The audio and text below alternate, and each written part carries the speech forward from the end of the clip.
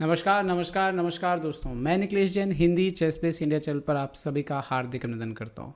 दोस्तों, chess classic tournament ख़त्म हो गया जो कि सुपर बेट रोमानिया में खेला जा रहा था और इसको अजरबैजान के दिग्गज खिलाड़ी मामिदरोव ने अपने नाम कर लिया। लेकिन इस टूर्नामेंट में एक गेम था, रह गया था। तीसरे राउंड में खेला गया था। अनीश गिरी ने खेला था कॉन्स्टेंटिन के खिलाफ, जो कि रोमानिया के नंबर 1 खिलाड़ी हैं।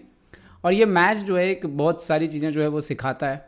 तो चलिए वापस जो है रियल शतरंज की तरफ वापस लौटते हैं। जो हो गया पिछले कुछ दिनों में आप सभी जानते हैं, उसको पीछे छोड़ते हैं और आगे बढ़ते हैं। आनंद जी ने भी कह दिया कि जो हो गया उसको ख़त्म करिए। तो चलिए इस गेम को देखते हैं। अनीश गिरी ने ये मैच जो है बड़ा ही रोचक मैच हुआ। अनीश गिरी ने कैसे पोजीशन को बेटर किया, कैसे प्रेस दबाव डालने की कोशिश की, कैसे गलतियाँ हुई, सब पे नज़र डालेंगे। तो आइए देखते हैं इस मुकाबले को। C4 के साथ शुरुआत हुई। कॉन्स्टेंटिन वाइट से खेल रहे थे, सफ़ेद मोरों से, और काले मोरों से अनीश गिरी खेल रहे थे। अनीश ने जवाब दिया E5, English opening, night C3 तो नाइट F6, नाइट F3 सो नाइट C6, इंग्लिश ओपनिंग का 4 नाइट वेरिएशन। E3 किया। E3 का आइडिया बिल्कुल सिंपल, बहुत ही नॉर्मल, कि कभी ना कभी वाइट जो है D4 आएगा और सेंटर को लेगा। और यहाँ पर बिशप B4 खेलते हैं अनीश गिरी। क्वीन C2 खेला, यहाँ पर सपोर्ट लगाया एक प्रकार से कि पॉन स्ट्रक्चर डैमेज ना हो, बट बिशप इंटू C3 यहाँ पर मार दिया अनीश गिरी ने। सो queen into C3। Now queen E7 यहाँ पर खेला अनीश गिरी ने। अब क्वीन E7 दरअसल अभी अभी आपने जो है डार्क कलर का जो है वो बिशप जो है यहाँ पर दे दिया है।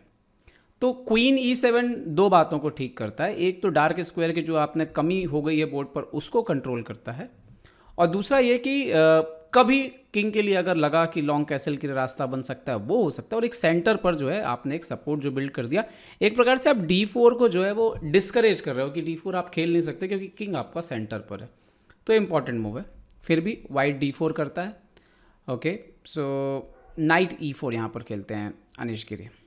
Queen D3, okay, E into D4, knight into D4। Pawn से आप नहीं मार सकते, और यही चीज़ जो है क्वीन E7 कर रहा है कि आप फाइल ओपन नहीं कर सकते।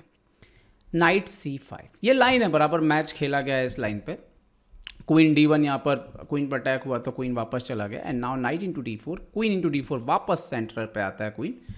And now castle.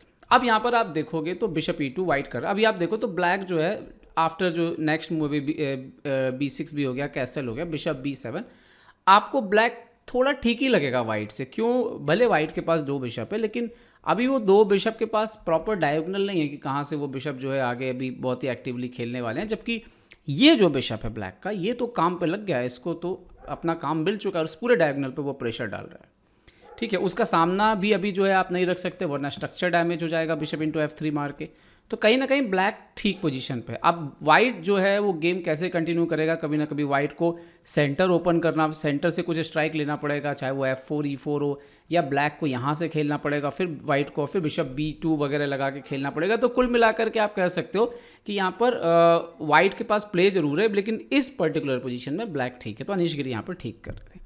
इससे पहले जो मुकाबले हुए हैं उसमें मूव है बिशप D2 खेला गया था, और इसके आगे गेम ऐसे चला था knight E6, queen C3 so knight F4, E into F4, ये नाइट दे दिया, बदले में वहाँ पर आपने बिशप ले लिया। फिर रुक E1 सो क्वीन यहाँ पर G4 F3 क्वीन F5, ये जो पुराना मैच था, रुक E5 queen F6 queen D3, और बाद में जाके मैच ड्रॉ हो गया था। ये खेला गया था जोकोवेंको और मोटिलेव, दोनों जो है ऑलमोस्ट 2700 के प्लेयर हैं।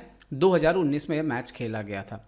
यहाँ पर क्या हुआ, कॉन्स्टेंटिन ने यहाँ पर चेंज किया मूव को, उन्होंने F3 खेला, और यहाँ पर F3 का पर्पस डेफिनेटली कभी ना कभी E4 है, पर फिलहाल अभी आपने E3 को थोड़ा सा यहाँ पर कमज़ोर किया हुआ है। ठीक है, और जब ये बिशप F3 पे आया, सॉरी, तो ये जो बिशप है इसका पावर थोड़ा सा रिड्यूस करते हैं, मतलब थोड़ा कम कर दिया, क्योंकि आपने दोनों पॉनों को तिरछा लगा दिया। ये कई बार ये मेथड अपनाई जाती है जब भी अपोनेंट का बिशप जो है वो काफ़ी स्ट्रांग हो।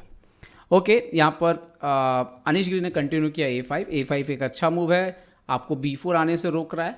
ठीक है, आप क्वीन साइड से भी स्पेन गेस यहाँ पर गेन किया उन्होंने। बिशप D2, अपना आखिरी पीस जो कि अभी तक बोर्ड पर एक्टिव नहीं था, वो बिशप D2 लेकर के आते हैं, और अनीश गिरी यहाँ पर खेलते हैं F5। और एक्चुअली में अभी भी आप कंपेयर करोगे पोजीशन, तो आप जब तुलना करोगे तो आपको दिखेगा कि बोर्ड पर अनीश गिरी ने स्पेस ज़्यादा लिया हुआ है, उनका नाइट C5 पे अच्छा बैठा हुआ है, क्वीन भी ठीक है, बिशप भी ठीक है, और अभी भी वाइट के ये जो दो पीस हैं इनको अभी इनका फ्यूचर जो है वो क्लियर नहीं है। तो कहीं ना कहीं पोजीशन जो है ब्लैक को ठीक लग रही है यहाँ पर। रुक ए D1 लेकर के आए यहाँ पर, और एक प्रकार से इनडायरेक्टली प्रेशर जो है वो यहाँ पर बनना शुरू हो गया D8 के D7 के ऊपर। तो D6 कर दिया, अनिश गिरी ने प्रेशर रिलीज कर दिया। B3 ओके, रुक ए E8। तो अनिश गिरी के भी जो है ऑलमोस्ट सारे पीस जो है वो बोर्ड पर आ गए। अब यहाँ पर जो सफ़ेद की समस्या है वो आप खुल के देखें। यहाँ पर समस्या है कि जगह की बड़ी कमी है। देखिए यहाँ पे 6 स्क्वायर में 4 पीस रखे हुए हैं, और थोड़ा और आगे आ जाएं तो 9 स्क्वायर्स में आप देखिए यहाँ पर जो है सिर्फ 3 स्क्वायर खाली है। मतलब जो है आप देखिए कि 70% सीटें भरी हुई हैं। तो ये कहीं ना कहीं आप देखोगे कि बहुत स्पेस की, थोड़ी जगह की कमी लग रही है। जबकि ब्लैक के पीसेस आप देखिए तो काफ़ी स्क्वायर है। आप तुलना कीजिए, एक तो एरिया काफ़ी बड़ा है जहाँ पर ये मोहरे आपके जो है यहाँ पर फैले हुए हैं। तो आप यहाँ से लेके अगर तुलना करिए उनके मोहरों की तो बहुत जगह आपको नज़र आएगी। एक बहुत ही सामान्य सी तुलना है स्पेस को लेकर के जो मैं करना चाहूँगा। तो आप देखोगे कि दोनों साइड में स्थिति जो है वो कुछ कमोबस जो है साफ दिख रहा है कि जगह की जो है वो कमी है वहाँ पर।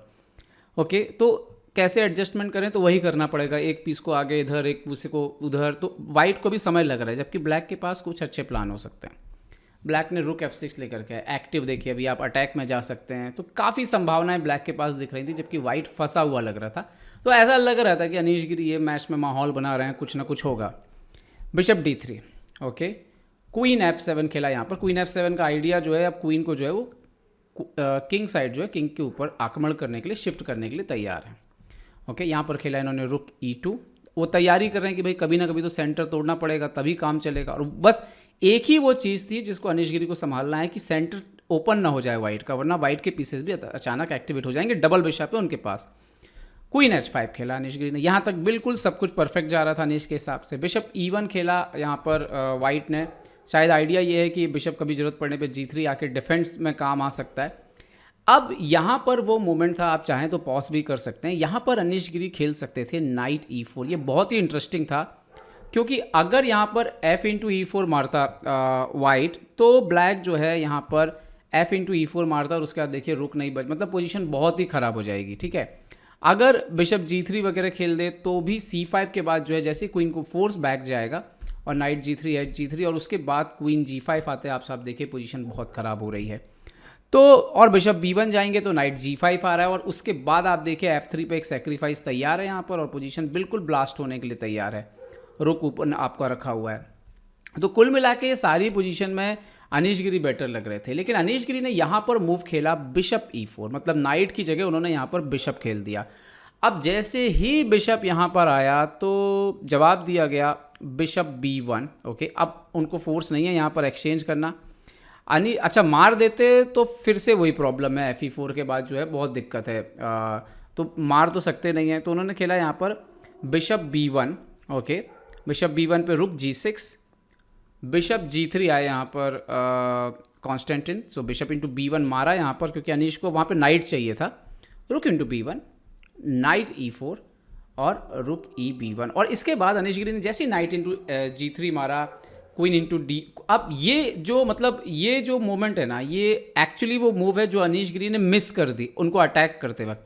अनिश गिरी यहाँ पर कैलकुलेट कर रहे थे कि वो HG3 नॉर्मल जो है उनको गेम चलेगा और पोजीशन उनकी अच्छी है, लेकिन यहाँ पर एक मूव मिस हुआ। वो मूव था क्वीन D5। ये मूव ने किया क्या एक्चुअली में, इस मूव ने इस पॉन को पिन कर दिया, और उसका फ़ायदा क्या हुआ, यहाँ पर किंग H8 के बाद H इंटू G3, जैसे ही इन्होंने रुक इंटू G3 मारा, यहाँ पर वाइट की तरफ से मूव आ गया E4। अब प्रॉब्लम यह है कि आप FE4 नहीं मार सकते, आपका क्वीन हैंगिंग है, और अब आपका जो F वाला पॉन है वो गया। ओके, क्वीन इंटू F3 मारा उन्होंने, एक और पॉन मारा। अब आप देखिए देखने में बड़ा अच्छा लग रहा है, रुक इधर है, क्वीन इधर है, लेकिन एक्चुअली में कुछ हो ही नहीं रहा है। रुक E2 पर है, सेफ है, और कुछ भी नहीं हो रहा। और नेक्स्ट मूव में यहाँ पर वाइट खेलता है क्वीन जो है F7। तो सामने वाले के घर में हमला करने के चक्कर में अपना जो घर है वो अचानक कमज़ोर हो गया। और अभी दिक्कत यह है कि F वाला पॉन मर रहा है, दोनों रुक ओपन हो रहे हैं, और अभी तो रुक बचाना है। तो उन्होंने खेला रुक G8 अनिश गिरी ने। So now E into F5, और यहाँ से ऑलरेडी पोजीशन जो है वो वाइट को फेवर करने लग रही थी। क्यों, एक तो ये रुक की वजह से सब कुछ डिफेंड है, चेक तक नहीं आ रहा है यहाँ पर, मिड वेट तो बहुत दूर की बात है। दूसरा ये दो रुक इनडायरेक्ट ओपन भी हो चुके हैं, तो यहाँ पर बहुत कुछ हो सकता है। और दूसरा ये प्रॉब्लम क्रिएट करेगा जब ये पॉन आगे बढ़ेगा। तो पोजीशन ऑलरेडी अनीश गिरी के लिए फंस चुकी थी। अनीश गिरी ने समझते हुए पोजीशन को क्वीन C6 खेला ताकि ज़रूरत पड़ने पर वो अंदर भी आ सकें। E8 के स्क्वायर को कंट्रोल किया यहाँ पर। ओके, मैच में अब यहाँ पर रुक F2 खेलता है वाइट, और अब उसका तैयारी बिल्कुल क्लियर है, वो F6 करने के लिए तैयार है। दूसरा रुक E7 जो है वो अंदर आ रहा है। तो यहाँ पर अनीश गिरी ने जो है उनको जो कंटिन्यू करना चाहिए था वो कुछ ऐसा हो सकता था जो कि एनालिसिस में सामने आए कि A4 रुक E7 तो टेक और उसके बाद क्वीन A8, ऐसा करके ही आप थोड़ा सा बचा के खेल सकते हो। अनीश ने यहाँ पे खेल दिया क्वीन C5, उस रुक को पिन किया, लेकिन क्या ये पिन जो है वो काम आया? नहीं आया। दरअसल यहाँ पर देखिए एक समस्या थी। यहाँ पर ब्लैक ने कंटिन्यू किया रुक E7। अब जैसे यहाँ पे कई लोग को लग रहा होगा कि रुक E8 आते तो क्या होता, ये दरअसल ब्लंडर हो जाता, क्योंकि रुक इंटू G2 मार देता वाइट, और अगर आप किंग H1 वगैरह जाते हो तो ये ऐसा चेक देता रहेगा। ठीक है, किंग H2 यहाँ पे मारना ही पड़ेगा, क्योंकि वापस आओगे तो क्वीन F2 मेट हो जाएगी, तो मारना king H2 and now queen F2 check. और ये जो पोजीशन बनती, ये जो है ब्लैक ये पोजीशन संभाल के ले जाता। ठीक है, तो ये पोजीशन जो है ड्रॉ हो जाती ब्लैक के लिए।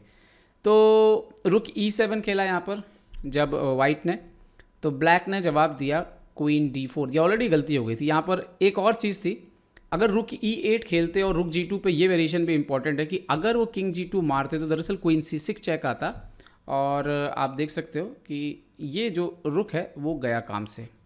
ओके, तो इसीलिए रुक E7 खेला उन्होंने। तो जैसे अब यहाँ पे करते क्या नहीं करते, क्वीन हटाया क्वीन D4 पे, बट रुक E8 के बाद जो है गेम पूरी तरह से ख़त्म हो गया, क्योंकि ये जो मेड थी वो अनीश गिरी मिस कर गए। रुक इंटू G2 मारा, लेकिन तब तक देर हो गई थी, चेक वेक दी, बट थोड़ी देर बाद जो है अनीश गिरी को मानना पड़ा कि ये मैच जो है उनके हाथ से यहीं पे ख़त्म हो गया था, एक्चुअली रिजाइन कर दिया। तो ये गेम गया कैसे?